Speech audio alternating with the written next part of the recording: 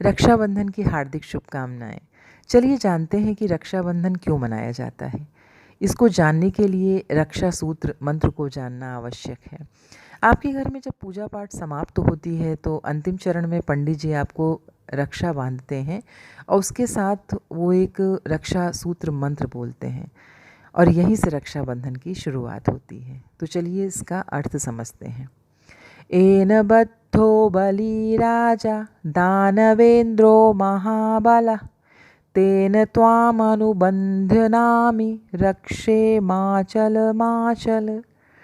इस मंत्र का सामान्यतः अर्थ है, दानवों के महाबली राजा जिससे बांधे गए थे उसी से तुम्हें बांधता हूँ।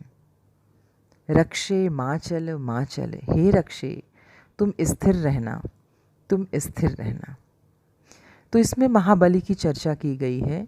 तो रक्षाबंधन में कुछ पौराणिक कथाएं हैं। तो चलिए राजा बलि की कथा को जानते।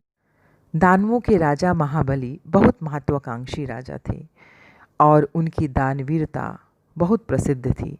उन्होंने संपूर्ण पृथ्वी को जीत लिया। जब आकाश की तरफ उनके कदम बढ़े तो इंद्र देवता को चिंता सताने लगी। सभी देवता भगवान विष्णु जी के पास गए। तब भगवान विष्णु वामन रूप धारण करके उनके राज्य में भिक्षा मांगने के लिए पहुंच गए। तब महाराजा बलि ने पूछा कि ब्राह्मण देवता आपको क्या चाहिए।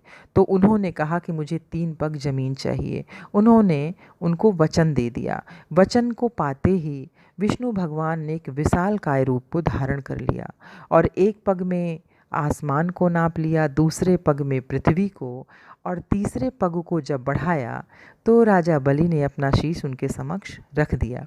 उनकी दानवीरता को देखते हुए भगवान विष्णु बहुत प्रसन्न हुए और उन्होंने कहा कि कोई भी वरदान मुझसे मांग लो।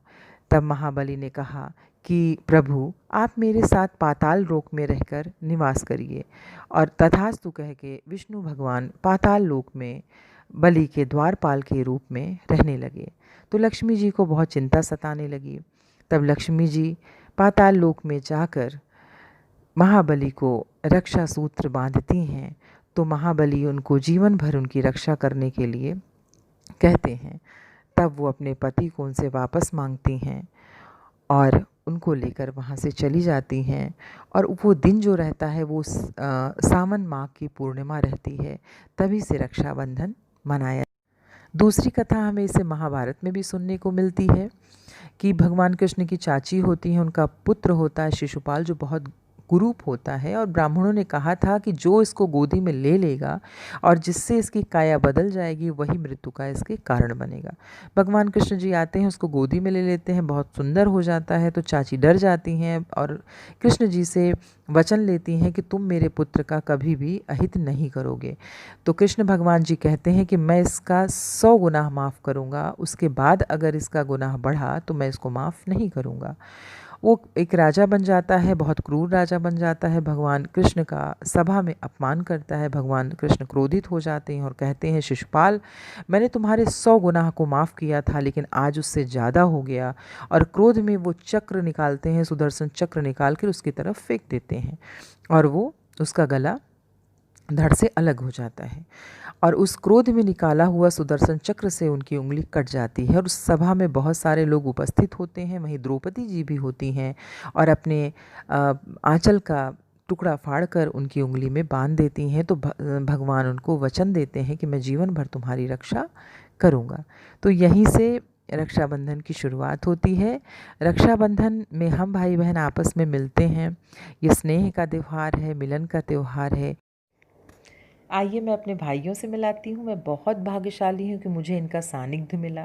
मैं इनकी लंबी उम्र की कामना करती हूँ और हर जीवन में मैं इन्हें भाई के रूप में प्राप्त करूँ, ईश्वर से मैं प्रार्थना करती हूँ।